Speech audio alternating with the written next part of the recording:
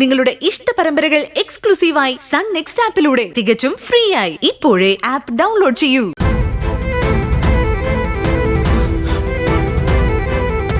നിധി അമ്മയോട് മാപ്പ് പറഞ്ഞാൽ മാത്രമേ ഈ വിവാഹം നടക്കൂ.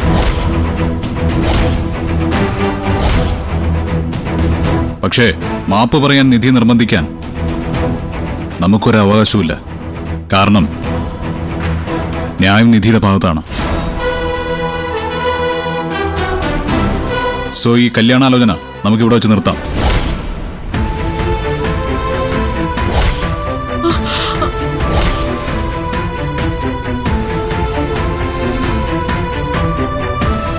മോളെ നിധി, നീ പറഞ്ഞതെല്ലാം വസ്തുതകളാ. എനിക്കത് മനസ്സിലാവും. കാരണം വർഷങ്ങൾക്ക് മുൻപ് ഞാൻ നിന്ന സ്ഥാനത്താണ് നീ ഇപ്പൊ നിൽക്കുന്നത്. നമ്മൾ തമ്മിലുള്ള വ്യത്യാസം എന്താണെന്നറിയോ? നിനക്ക് എല്ലാം വെട്ടിത്തുറന്നു പറയാനുള്ള ധൈര്യമുണ്ട്. അന്നും ഇന്നും എനിക്കതില്ല. പക്ഷെ ഞാനൊരു സാധാരണ അമ്മയാ. ഇത് നീയും വസുന്ധരയും തമ്മിലുള്ള പ്രശ്നം മാത്രമല്ല, എന്റെ മോന്റെ ആയുസിന്റെ പ്രശ്നമാണ്. എന്റെ ഗൗതമിന്റെ ദീർഘായുസിന് വേണ്ടി ഈ വിവാഹം നടന്നേ പറ്റൂ. ദീർഘസുമംഗലി യോഗമുള്ള ജാതകത്തിൽ പോലും കൃത്രിമം കാട്ടിയാണ് ഈ കല്യാണം നടത്താൻ അമ്മായിയും ശിവാനിയും ശ്രമിക്കുന്നത്. അത് ഞാൻ എങ്ങനെ ഈ ആന്റിയോട് പറയും? എന്റെ ജീവൻ കൊടുത്ത് ഇവൻ ആയുസ് നീട്ടിക്കിട്ടുമെങ്കിൽ ഈ നിമിഷം ഞാൻ അതിന് തയ്യാറാ. പക്ഷെ ദൈവങ്ങൾക്ക് വേണ്ടത് എന്നെ അല്ലല്ലോ.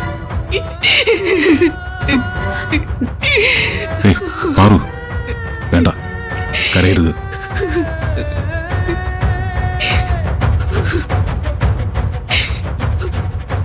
മോളെ, ഞാൻ നിന്നോട് യാചിക്കുക. ഇവനെ എനിക്ക് വേണം. വസുന്ധരയോട് നീ മാപ്പ് ചോദിച്ച അതിലൂടെ എനിക്ക് തിരിച്ചു കിട്ടുന്നത് എന്റെ മോന്റെ ജീവന്. നീ അത് തരില്ല. അയ്യോ, അരുത്, എന്നെ തൊഴരുത്. കുമ്പിടേണ്ടത് ദൈവത്തെ മാത്രം. നിന്റെ ഒരു വാക്കുകൊണ്ട് എന്റെ ഗൗതമിന്റെ ആയുസ് നീട്ടിക്കിട്ടുമെങ്കിൽ നീ എനിക്ക് ദൈവം തന്നെയാ മോളെ. നിധി, ഈ അമ്മ നിന്റെ കാല് പിടിക്കാൻ വരെ തയ്യാറായില്ലേ? അതിലും വലുതാണോ നിന്റെ അഭിമാനം? ഇവർക്കും ഇത്രയും കാലം നിന്നെ പോറ്റി വളർത്തിയ അമ്മാവിനും വേണ്ടി നീ ആ ആന്റിയോട് മാപ്പ് ചോദിക്കണം.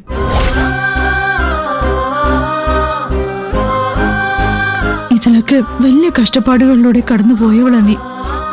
ഇതും അങ്ങനൊരു ജീവിതഘട്ടാന്ന് കരുതിയാ മതി മോളെ.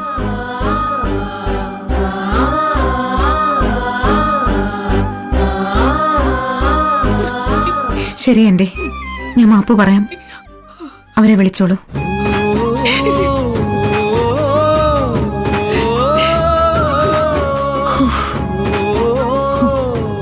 മോളെ, നീ ഇപ്പൊ ഞങ്ങൾക്കൊരു ദേവത തന്നെയാ.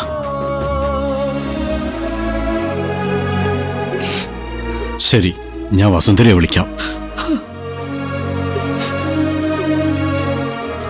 അമ്മായി ഒന്ന് വന്നേ. എന്താ? വാ. ചെല്ല്.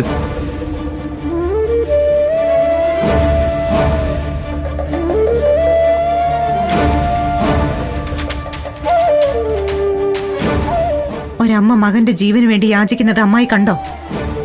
കണ്ടു. അവര് പറയുന്ന ജാതകം ആരുടേതാ? അത് പിന്നെ പറയ.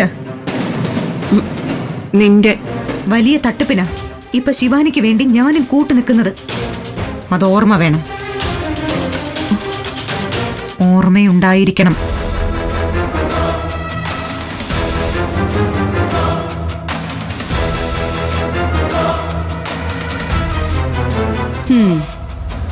പിന്നെ ഒരു ജാതകം, അതിനപ്പുറം തട്ടിപ്പ് കാണിച്ചാ ഇത് നടത്തുന്നത്. നീ നിന്റെ പാട് നോക്കുവെണ്ണേ.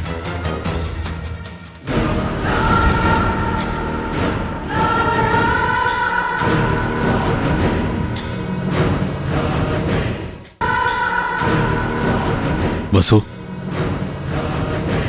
ഓ വന്നോ? അവൾ എന്നെ അപമാനിച്ചപ്പോ ഒരക്ഷരം പോലും മിണ്ടാതെ ഏട്ടനും അതിന് കൂട്ടുനിന്നു. അവള് മാത്രമല്ല, ഏട്ടനും ഏട്ടത്തിയും ഗൗതമും ഒക്കെ ചേർന്ന എനിക്ക് ഇത്ര അപമാനം വരുത്തിയത്. ഈ വീട്ടിൽ എന്റെ സ്ഥാനം വെറും ചവറ്റുകുട്ടിയിലാണെന്ന് എനിക്ക് മനസ്സിലായി. വസു അങ്ങനെയൊന്നും പറയാതെ. പറയാനുള്ളതൊക്കെ നീ പറഞ്ഞല്ലോ. അതുകൊണ്ടാ ഞങ്ങളൊക്കെ മിണ്ടാതിരുന്നത്. അതൊന്നുമല്ല, അവളുടെ അമ്മാവനെ ഞാൻ ഇൻസൾട്ട് ചെയ്തെന്ന് ഗൗതം പോലും പറഞ്ഞില്ലേ? നിങ്ങളെല്ലാം ആ ലേഡി ഡോണിന്റെ കൂടെയാ. ഞാൻ നിങ്ങളുടെ ആരുമല്ല. അതൊക്കെ വിട്ടുകള വസു. പറ്റില്ല. അവൾ എന്നോട് എന്തൊക്കെയാ ചെയ്തതെന്ന് ഏട്ടന് അറിയാമോ?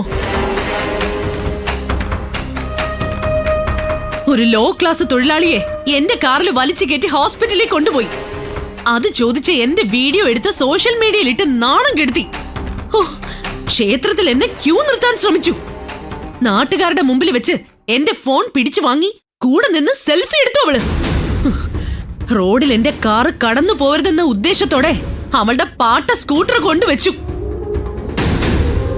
ഇവളൊറ്റ ഒരുത്തി കാരണം ലേഡീസ് ക്ലബിൽ എനിക്ക് തല കുമ്പിട്ട് നിൽക്കേണ്ടി വന്നു.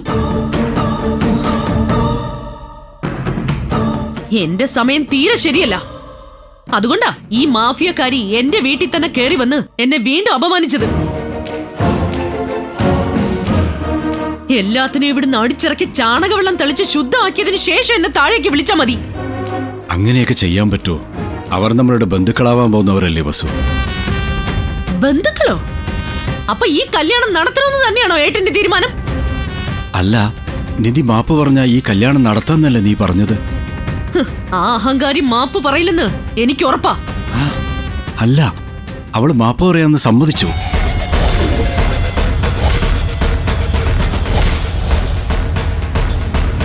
ഞങ്ങൾ എല്ലാരും അവളോട് സംസാരിച്ചു. ഗൗതമിന്റെ ആയുസിന്റെ പ്രശ്നമാണെന്ന് പറഞ്ഞ് പാർവതി കരഞ്ഞപ്പോ അവൾ മാപ്പ് പറയാന്ന് സമ്മതിച്ചു.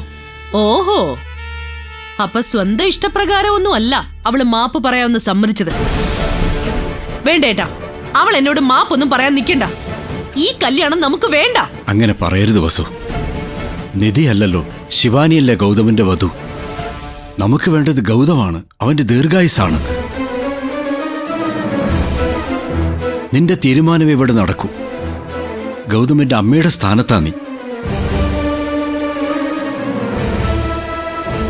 അവന് വേണ്ടി ഞാൻ നിന്റെ കാല് പിടിക്കാം വസു.